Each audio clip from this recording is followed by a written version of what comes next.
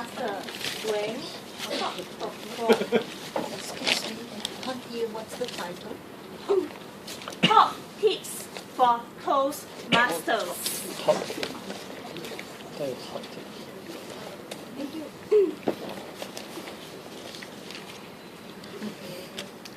Ladies and gentlemen, before I begin, may I have a quick show of hands? Who are the Toastmasters here? Thanks. Who think is it easy to be a Toastmaster? Wow. And who think it's difficult to be a Toastmaster? What? Fantastic. Well, I have to confess this. When I first come here, I feel, I'm so nervous because all here are so experienced, very charming, very confident contestants and very experienced senior Toastmaster. I think, I got to the wrong place because my topic today is top tips for Toastmaster. But maybe you don't need any tips for you. And I can see that from all the previous contestants. At least I got some hints. So I'm bringing something for you who think that you need to improve your communication skills. You know what is it? I learned a tip, sorry. I learned a tip from distinguished Toastmaster William Tang because he achieved his CC within half a year and then he became a distinguished Toastmaster within 5 years. Do you know how he did it? He retired early, become a Toastmaster and then visited as many clubs as possible to learn from the best. But I'm only 30 years old. So it's only applicable for me after another 30 years, I hope, when I retire from the labor market. Or, if I want to apply his advice now, I have to pull my leg a few more centimeters, run faster, and catch a millionaire to marry him. I can just enjoy a Toastmaster meeting.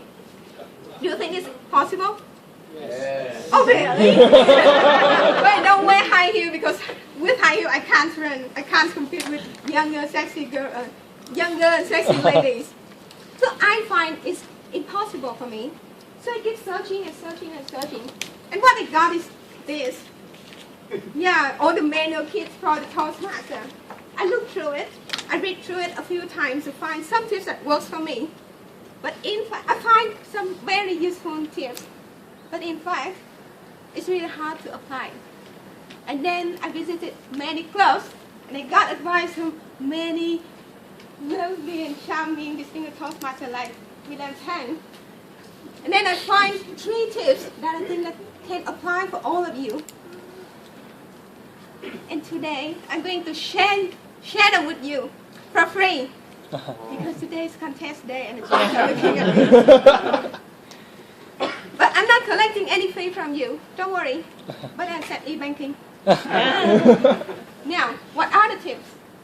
First, a good Toastmaster should be like a master thief. Should be like what? Can you imagine? A master thief has a ability to look around and immediately spot the most valuable target. For example, the pen of the contest chair or the judge. And then he will snatch the first opportunity to get it, run away, and try to legally use it. I always think the best thief is the one who steals the dress from the store and wear it to go shopping in the same store the next day. Likewise, a Toastmaster should also be like a smart thief. He must grasp and grip as much as possible good use of language, effective body gesture, eye contact, vocal variety, and useful tips and tricks in every Toastmaster meeting. Don't you believe me? Yes. Yes. Think of the slogan of Toastmaster. Steal it, fake it until you make it. You still don't believe me? You can ask our distinguished Toastmaster Richardson because I stole the riot, grasp, and grip from him without his notice. I'm happy that today he's not here. As long as I know he's been winning contest after contest. Second tip, a good Toastmaster should learn like an infant, but not to be naked and cry all day long. That would be extremely embarrassing. Be an infant and listen with no prejudgment to learn the most from others. You should be open to all the compliments and criticisms. Be excited and delighted by every single new thing you learn in each other meeting. And more importantly, respond actively to others, like what you did just now. Okay, then we should learn and fall and cry like an infant. But you must learn and fail and strive like a Toastmaster. Now, you have been through all the tips and tricks to learn all the tips and tricks. You must apply it. How to apply it? I used to practice for almost 20 times for my project 2 speech about my distant relationship.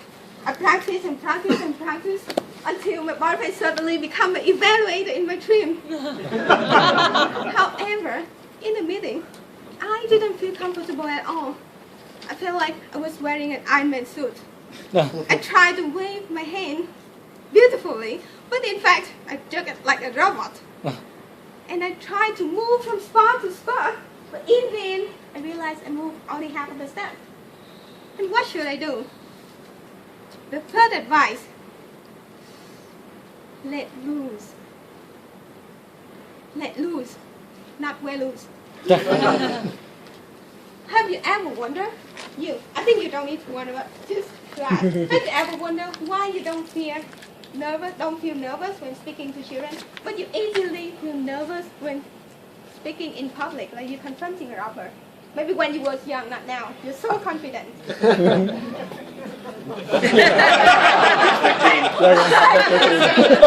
have another answer for me.